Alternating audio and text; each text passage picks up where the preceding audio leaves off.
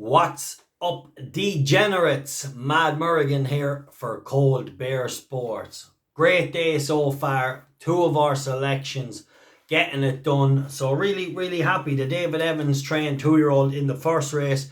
Yes, still a little green, and we can probably mark him up for a little bit better bastonge than the result. I think he's probably a nice 2-year-old. Still was doing his usual like he did the first day, looking around a little bit and kind of waiting for company, which is understandable. I'm going to mark him up for one I want on side, maybe even in a couple of the better races. I just think he was only doing enough up the straight, and he hit the line strong considering he was off the bridle early, but he wasn't really off the bridle. He was just kind of behind the bridle. So great then. And then Place des Voyages, our nap of the day. We marked her up as a really good mare. I knew she could win that today in style, and rightly so. She gets it done for us.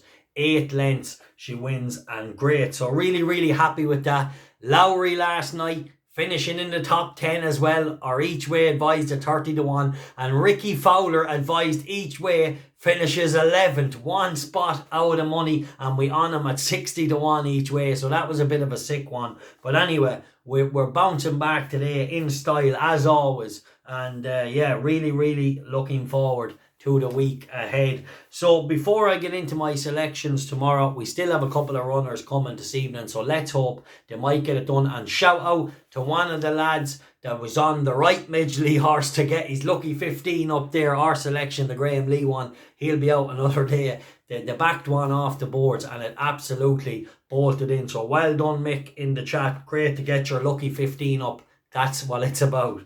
Right, tomorrow, let's move on. I have 3 fancies tomorrow, and I have 3, good. I class these as good fancies. Horses that might be in tricky races, but definitely are expected to run well. So sometimes it can be hard to win these races, but these horses definitely have the upside potential, I think, and that's what we're looking for in competitive races. So we'll just start with Sugarpiehoneybunch.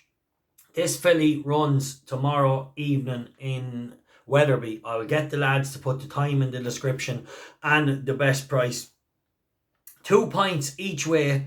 Sugarpiehoneybunch. Forgive me for not having the time. It will be in the description. Always come back and check the description. We'll put the best prices with the most places throughout the day. We update it. If there's a better price somewhere, we update it. If there's better places, we update it. We're all about finding the community value. So make sure and come back and check the description. We'll do the work for you. Right.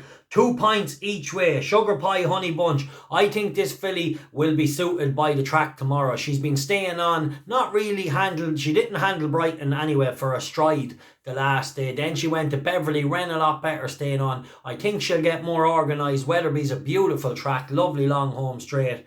Well, there was over jumps. I'm not sure if the flat is a little tighter, but still has enough time for this filly, I think, to run home strong. And a 2 pints each way at 6-1. I think she's a good price. If there is a better price around, I'll have it in the description below. That's the first price I seen. Then let's move on to Wolverhampton in the 540. This is a horse, Pearly Prince. James Doyle in the saddle for Seanie Curran. And to be honest, if Oisin Murphy wasn't codding on this the last day, I'd be retired. I backed this at 50-1 the last day, a return from a monumental break. And Oisin, look, I can understand the horse is coming back off a long absent. He's taking his time. He just can't get a clear run. But if he gets a clear run into the straight and didn't have to come wide, I'd have had a 50-1 winner the last day. But trust me, Pearly Prince, if there's no bounce factor, this horse obviously has to be treated carefully because he's been off the track for a good while. But I'm prepared to give him my nap of the day and give him 2 pints win. I think he's around the 4-1. I'll get the lads to put the best price up. But I just think this horse could troush these tomorrow if it doesn't have any injury problems, which it obviously has something. But like I said, I nearly collected the last day at 50-1, only couldn't get a clean run. Right. Then I'm going to move on to the 335 in Roscommon. This is a horse I know well. This is a track that will suit this horse. I rode this horse in a race myself, believe it or not. Chasing Abbey. Paul Flynn had a great time with this horse. Consistent little horse. He is now with Gavin Cromwell. He ran really well the last day in Clonmel, staying on really nice. Looks like he's off a mark he can win. He was a course and distance winner here before, or around that distance. So I really think 𝗀𝗏𝗏𝗏 𝗏𝗏𝗏𝗏 tomorrow, 2 points each way. Yes, it's a big field. We'll get the most places and the best price in the thing. So they're strong selections tomorrow, 3 of them. You know, Sugarpiehoneybunch, 2 each way, 2 points each way. Pearly Prince, 5.40 at Wolverhampton, 2 points win. And 𝗀𝗏𝗏𝗏𝗏𝗏, 2 points each way. I'm expecting big runs from them. Yes, Pearly Prince, it's hard to know what injuries he had. He's been off for a long time. But if this horse is okay tomorrow, he'll be winning. Nigel Seeley then joining us tomorrow evening. So don't miss out, lads.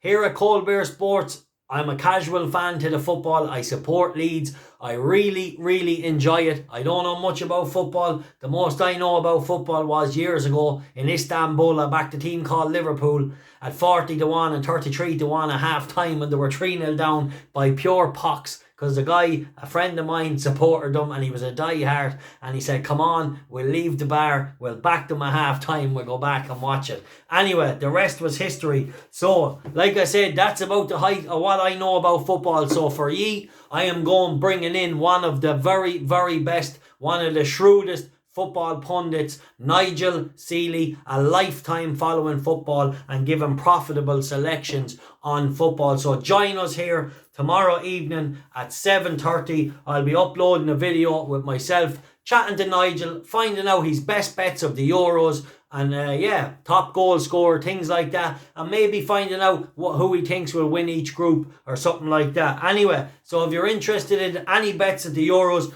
I won't be giving you any because I'm not educated enough, but I'm bringing in one of the best to look after the community. The time for codding is over. Like and subscribe.